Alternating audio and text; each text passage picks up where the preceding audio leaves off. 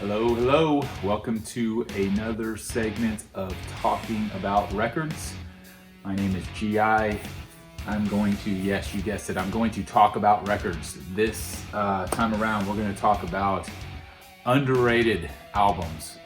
And that's a tough one because it can be very subjective. What's underrated to me might not be underrated to you. I understand that.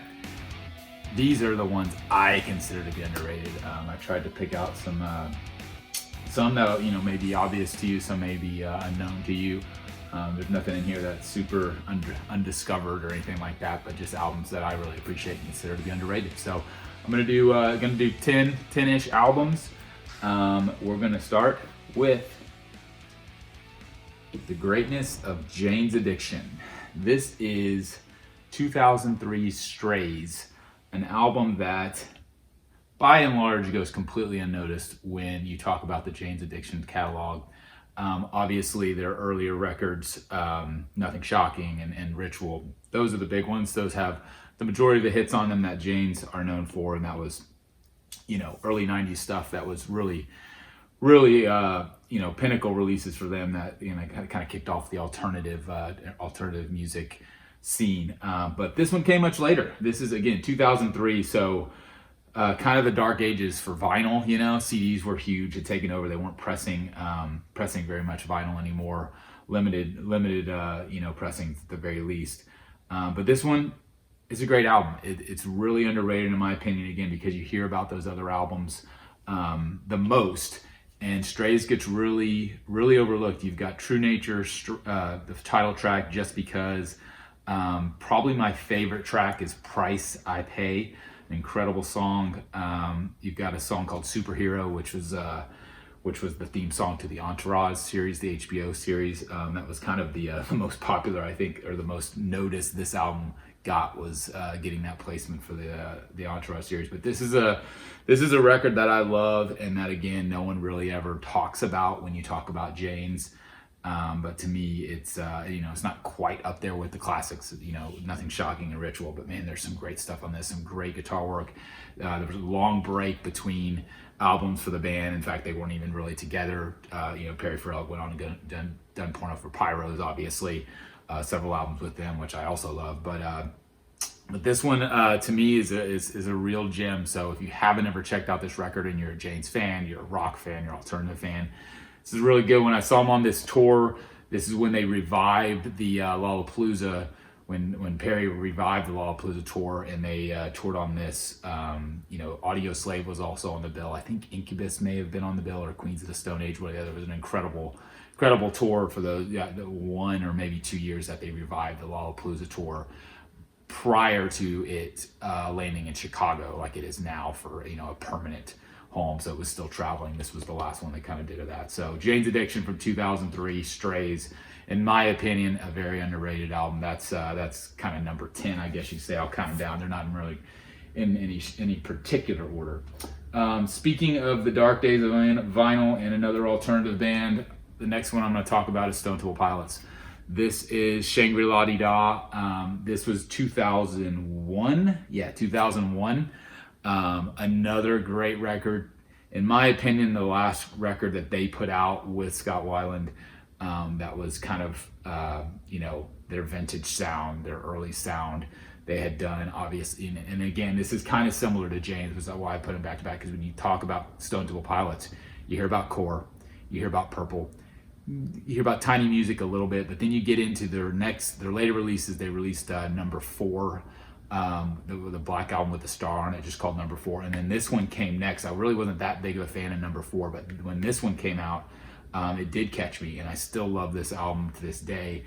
Back in 2001, they never pressed it, so they reissued this in 2015, which is what this is, a MOVLP, a great pressing that you can still pick up. And this is produced by Brendan O'Brien, who's phenomenal, famous for Pearl Jam and Rage Against the Machine, and et cetera, tons of great production credits. But this is just a great rock album. Days of the Week was one of the singles. Hollywood Bitch was one of the singles. A song called Hello, It's Late that I really love. The whole thing, though, front to back, just a great album. I've always loved the artwork too.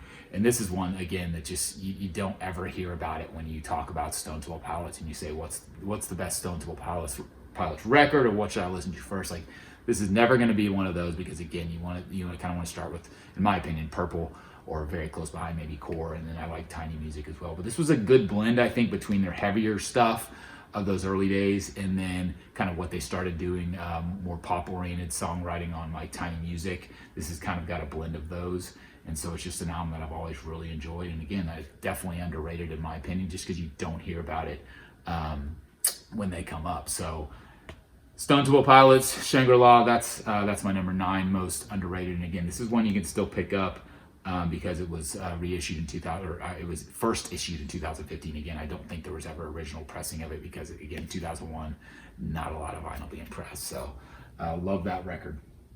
Next up is an album I love as well.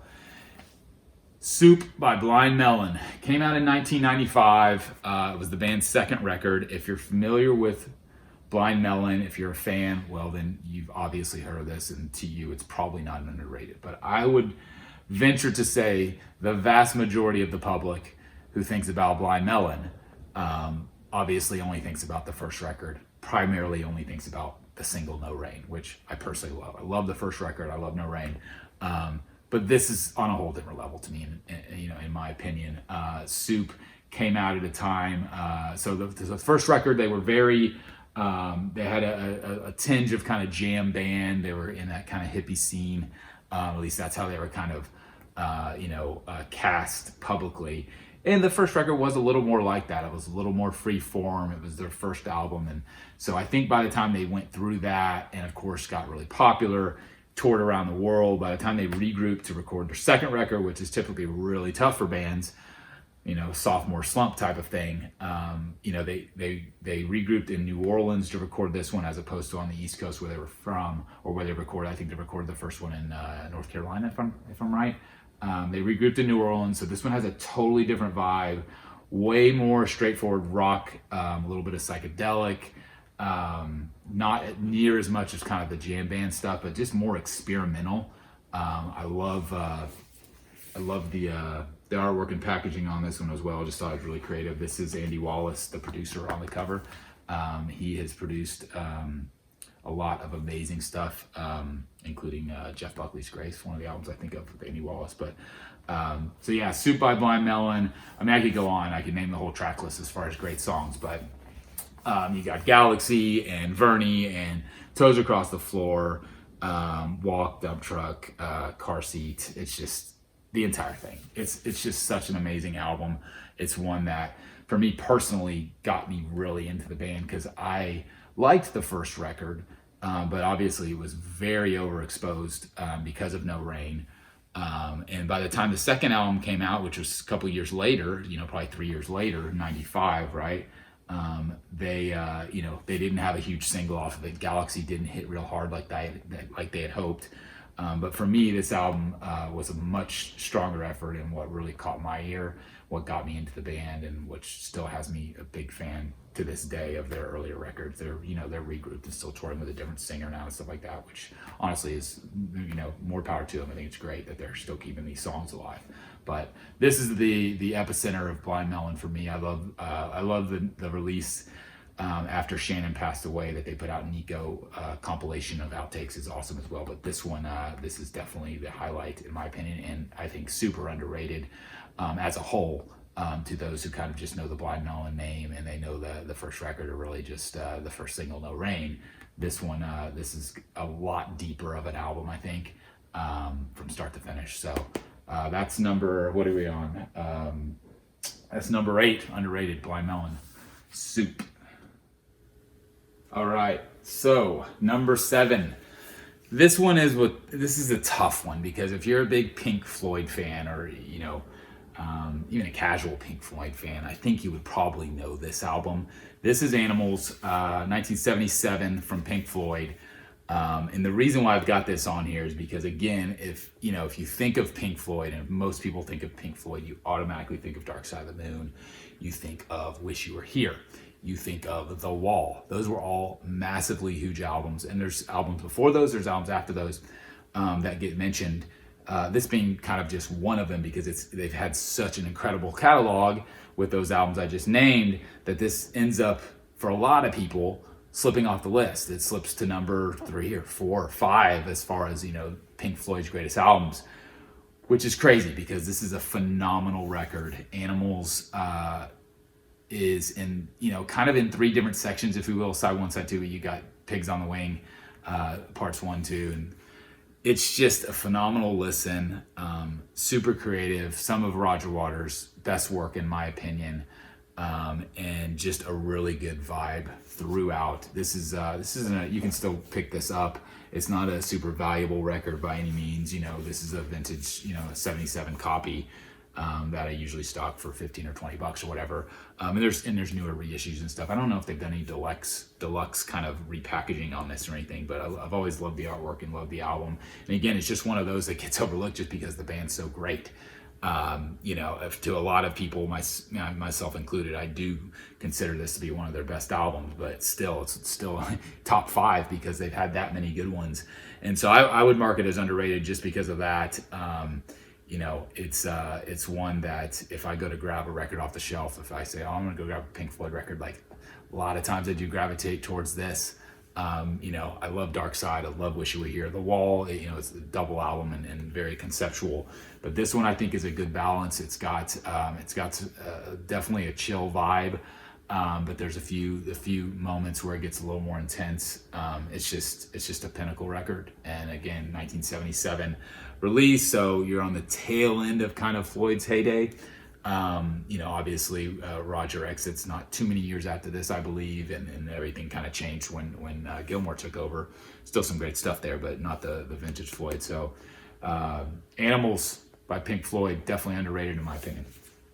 All right, so next up we're gonna go to, so let's see, we got 10, 9, 7, so this would be number 6, right?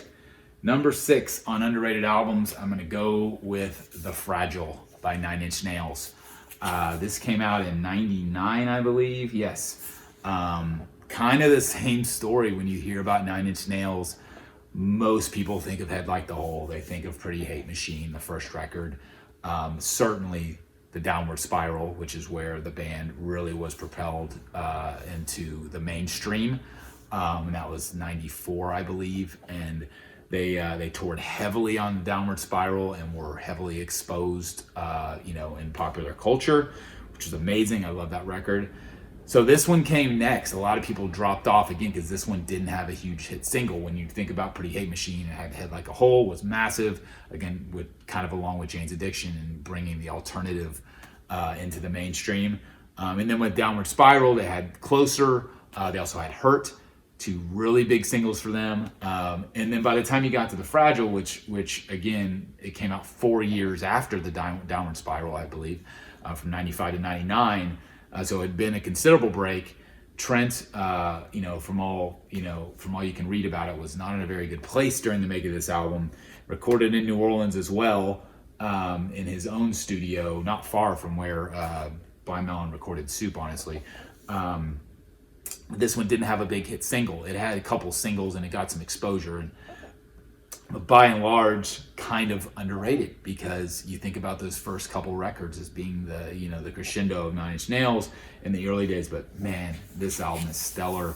I'm going to open up. This is gatefold. This is a triple LP. And that's the thing. It was a double CD in 99. Which meant it was a triple LP, and they did press it, and those first pressings are semi-rare, go for $100, $150. This is a reissue, actually. I don't have the original press, it's still on my list, but if I'm going to go through this track listing, which is extensive, I'm going to pick out The Wretched, which is one of my favorite songs by the 9 Inch Nails, The Day the World Went Away, We're in This Together, the title track, Even Deeper, Into the Void, Where's Everybody? You just got an amazing track list. The sounds and kind of the atmosphere Trent created for this record is something really unique. I think it's got some really heavy stuff on it, but it's also got some really beautiful stuff on it from an instrumentation standpoint. saw this record, saw him tour on this record 2 times, I believe. I saw a headline tour of theirs, and also saw him when they also toured with David Bowie on this, which were very famous shows when they collaborated with Bowie on a couple of tracks, and also obviously on the tour they played a few songs together. So I'll never forget those shows. And this album just always stands out to me. Again, it's hard when you talk about Nine Inch Nails, what's their best.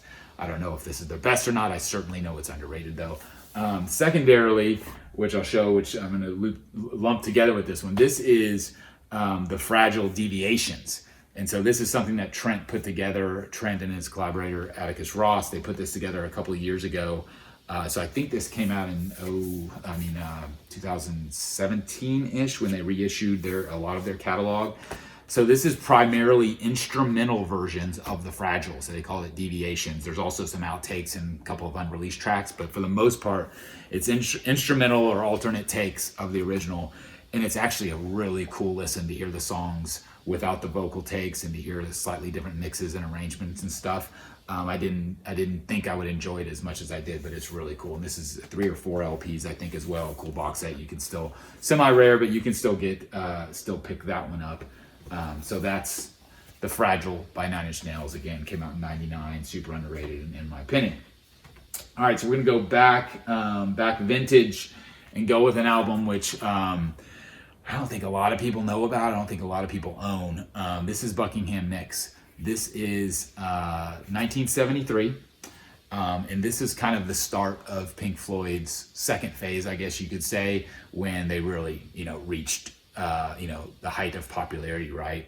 And so the story behind this album, and you can hear this firsthand if you watch the movie Sound City, which is a documentary Dave Grohl put out a few years ago, specific to the studio called Sound City, which is in Los Angeles, which is where this record was recorded.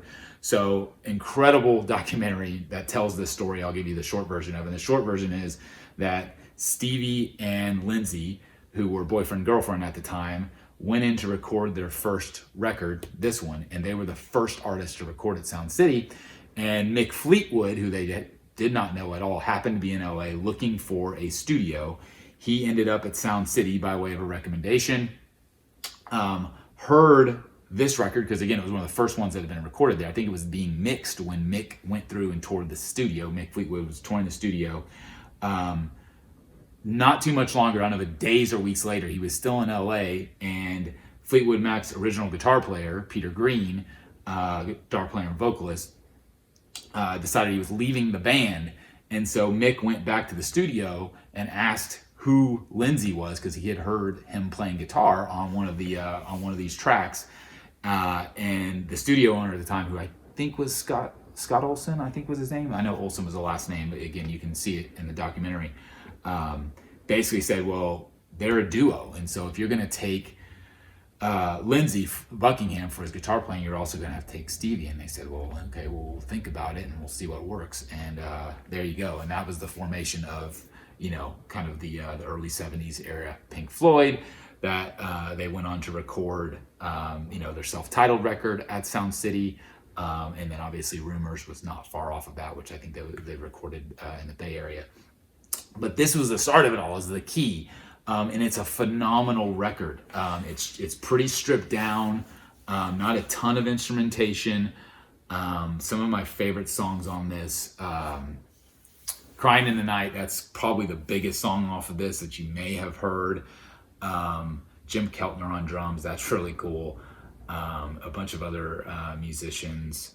And Frozen Love's a great song. Don't Let Me Down. It's just a really great song. And again, I think it's just a really important and underrated record because of what it means and what it kicked off for Fleetwood Mac as, being a real powerhouse in popular music for many years to come. So if you don't have Buckingham Nicks, the album, there's really only a couple ways to get it. They never released it, to my knowledge. They never pressed it to CD. So you have to go back and get an early pressing, which there are some that the first pressings can be super rare, I believe, but there are reissues of it from the 70s. And so you can pick up a copy for, $30, $40 or something like that to get the album on vinyl. But it's not available. It was never pressed to CD, which means it was never made available for download either. And it's not available for streaming. But if you go to YouTube, You can check it out there, and you can listen to it on YouTube, and then also, pick up the vinyl would be my recommendation. So that's Buckingham Nicks. Let's see, we got 4 left. The next one I'm going to bounce back to the 90s. Radiohead, The Bends. This one is kind of the in-between record. This was their sophomore record. So the first record, Pablo Honey, was huge. That's when they, hit the mainstream, obviously, with the song Creep, their big first single. Kind of a similar, started to be a little similar story, like Blind Melon, like I was mentioning, because their second record, this one didn't have any huge singles on it. High and Dry, I think, was a semi-successful single, but this one kind of flew under the radar. And then especially because right after this, they released OK Computer, which is widely known as kind of the pinnacle of their career, rightfully so. But I think The Bends is pretty damn underrated, and I think, to me, when I think about Radiohead, they've changed styles so many times over the years. This is their best rock record. Like, there's a couple tracks on OK Computer that have got some real rock behind them, but this one is the Radiohead where they were still dependent on guitars. They hadn't brought in a lot of synthesizers. They weren't using the studio as an instrument, which they, started to do a ton on OK Computer and subsequent pretty much everything after that. So this is like, Pablo Honey was when they were brand new band, pretty raw. I think they really hit a sweet spot on this one where they were still primarily a rock band. And they just blew it out of the water on this one, because Planet Telex and The Bends, and then High and Dry and Fake Plastic Trees. You've got My Iron Lung, Street Spirit. You've got a couple of real chill songs, but a lot of nice rock songs. So I love this record. It's one I go to a lot, honestly, when I go to play Radiohead. This came out in 95, 94 or 95. I'm not sure the exact release date. This is an original pressing, but you can pick this up reissued for sure. I'm pretty certain, and highly recommend it if you know Radiohead or know OK Computer, but you're not real familiar with this record. I think it's definitely underrated and one of their best. So, all right, we've only got a couple left. Next on my list, this is Fantastic Planet by Failure. This record came out in 96, so not long after The Bends that we just talked about. And this is a band, if you're familiar with this band or familiar with this record, you know how phenomenal it is. But again, this isn't a band. This is probably, out of all the ones I've talked about, probably the least well-known band, I guess you could say. But within their niche, and for those who know about them, they're highly celebrated. Incredible band. This is, I believe, their third record. They had 2 records before this. This was their last record in the mid 90s, before they split for a long time. They're back together now, touring, and they've put out a couple of other records in the early, mid 2000s. But this is the pinnacle record. So if you want to, give Failure a try, this is the album to start with. A great rock record, loud screaming guitars, incredible production by their songwriter and vocalist and producer, Ken Andrews. Just an incredible record. Again, this was a major label release, and I think they had big hopes that this was going to take it very far, but it didn't have a huge single on it. The main most famous song was called Stuck on You. Right? Yeah, Stuck on You. And then there's also a song in here called The Nurse Who Loved Me, which A Perfect Circle went on to cover years later on their second record.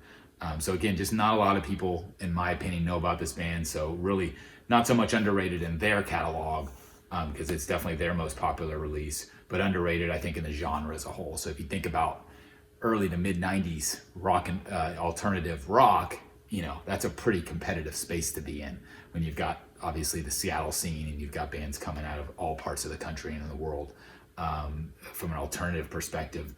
Back then, I didn't really even know about this band. I'd heard the name. They toured on the early Lollapaloozas, on the second stage, I believe, and then mostly were kind of a club touring band, because again, they didn't ever have a breakthrough hit or anything like that.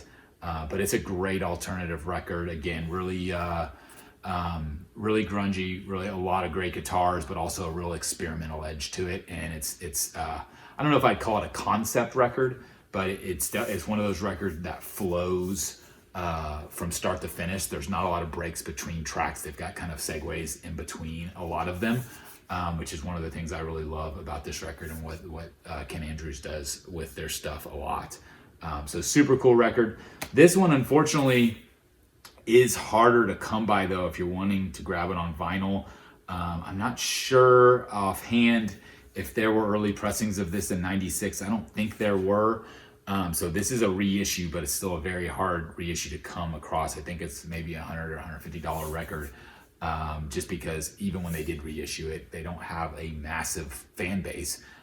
They're kind of a niche, and they do great within their niche, but it's not one of those records where they press, tens of thousands of them, because they probably did a short run, and it's primarily just for kind of their hardcore fans, which I'm happen to be kind of leaning in that direction. So love this record, definitely underrated. Check it out. Great mid-90s kind of alternative rock experimental record. All right, I got two left. A couple of my favorite artists. First one I'm gonna go with is John Mayer. Completely switch it up. This is Born and Raised by John Mayer, 2012 release. He had several records before this, and if you're familiar with John Mayer at all, you know that he started out singer-songwriter, very pop influenced, was adult contemporary artist. After his first, I would say, 2 records, then he got into, I think, becoming his own, right? He released Continuum, which was a huge record for him that kind of propelled him into, being able to tour arenas and stuff like that. And I love that record as well. This one came out a couple years after that, even several records after that.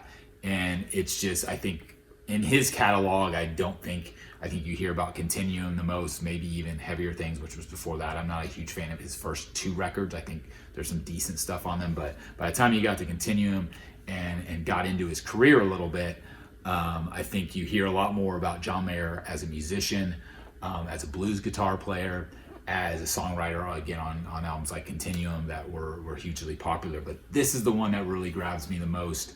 I love a lot of his stuff, but the title track, Born and Raised, true story, was what really turned me on to John Mayer, because I had never really listened to him until a few years ago. Had always kind of just heard that early stuff that you hear, that you're familiar with, from his, from when he was just kind of singer-songwriter, and I was like, I don't really want anything to do with that. And he's very always in the pop culture press, which is just kind of like, I don't want anything to do with that guy, right? But I heard the title track to this, and I knew it was John Mayer when I heard him, because he's got a really a voice that you can recognize really easily.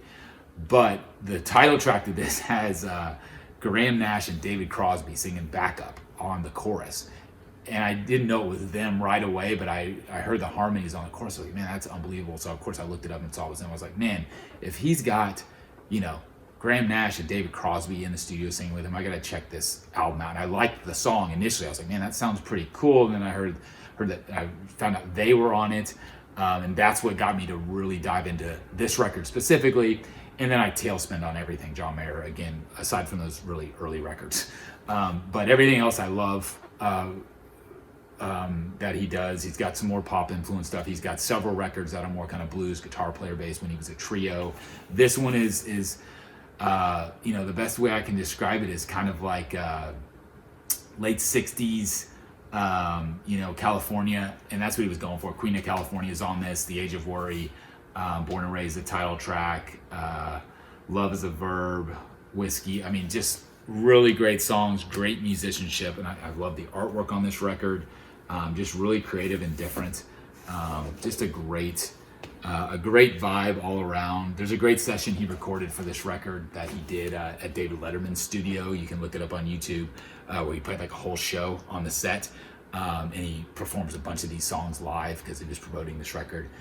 Really like that. I love the live stuff just as much because he's just a phenomenal musician. But again, underrated, I think, to me, because you don't hear about this one specifically, and John's put out, I don't know, 7 or 8 or 10 records in total if you count some of his live stuff. So he's got a pretty sizable catalog.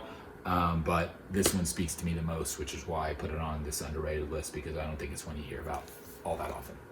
All right, so I don't know, I guess it was number 1 if we're counting down on underrated.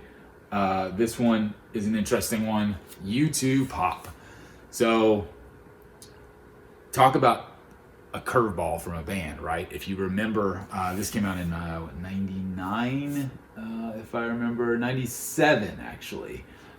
So U2 had put out the Joshua Tree in 87, then they followed that up with Octung Baby, and they followed that up immediately after with Zooropa, which were compared to Joshua Tree, pretty experimental and kind of different, right? But by the time they got to this in 97, it was a complete curveball. At the time, I wanted nothing to do with it. The lead single was Discotheque. And again, this is 97, so this is the age of, if I think back, Rage Against the Machine was hugely popular in all of their offshoots, like Limp Bizkit and all that garbage. So, and I think other bands like Korn and so alternative radio was consumed with heavy aggression in the form of rock, right? And then U2 comes out with Discotheque. To their credit, they don't care. They're going to do what they want, and they were into this type of sound, more of a I don't know if I'd call it techno, but more of a processed kind of a dance influenced sound, right? Club influenced. I remember at the time thinking that I wanted nothing to do with it because I wasn't into that type of stuff. And to tell you the truth, they came to town. They played the Cotton Bowl, and Rage was opening. And looking back on it, I feel completely stupid, but I went to the show just to see Rage, but it didn't even have tickets to the show because at that time U2 was charging, $100 a ticket or whatever, which was outrageous for a concert because you were used to paying $20 or $30 for a show. So we went and just listened. We listened to Rage open and then we left. And so I missed U2 on the Pop Mart tour. But I didn't even care at that time. Years later, got into U2. I'm a massive fan now, and I have huge appreciation for this record. So certainly underrated, in my opinion, because obviously you hear about Joshua Tree, you hear about all their earlier records, War, Unforgettable Fire, even Boy, their first record, even in Octung Baby is highly touted, as well as some of their the records after this, like All of You Can't Leave Behind. But anyways, this one has a stigma around it. Even the band will down talk it some and say they were rushed, which I think they were because they had the huge Pop Mart tour to go on, and so they didn't have enough time to finish the album. So they say they remixed some of this in later years. But to me, some of the best stuff on this is some of the more muted songs. So Staring at the Sun was a single they thought was going to be huge, and it turned out not to be. I love the song Gone. I love this. I love Do You Feel Loved? And especially I love If You Wear That Velvet Dress. Also, If God Will Send His Angels. It's just a great album. It's really different for them, obviously. But I think looking back on it, I think it has aged really well, and definitely underrated in the U2 catalog. Because again, if you're going to talk about, ask somebody what your favorite U2 record is, this one, for the most part, people don't gravitate towards, but I think it's an underrated album in their catalog. I would definitely put it on that list. And for me, because I'm such a U2 fan, it's definitely one of the more underrated albums that I love the most. So that's the last one on my list. That was 10. So let's here, I'll see if I can recap just a bit for you and see if I can spread these out. So you got Strays by Jane's Addiction. You've got Shangri-La by Stone Temple Pilots. Soup by Blind Melon, Animals by Pink Floyd, The Fragile by 9 Inch Nails, 2 versions of it, Buckingham Nicks, self-titled, Radiohead The Bends, Failure's Fantastic Plan, Born and Raised by John Mayer, and last but not least, U2 Pop. So that's my underrated albums list. I'd love to know what you think. Let me know if I'm way off base. Let me know what other albums you would add to this list that you feel are underrated. And we'll catch you next time on Talking About Records. Thanks.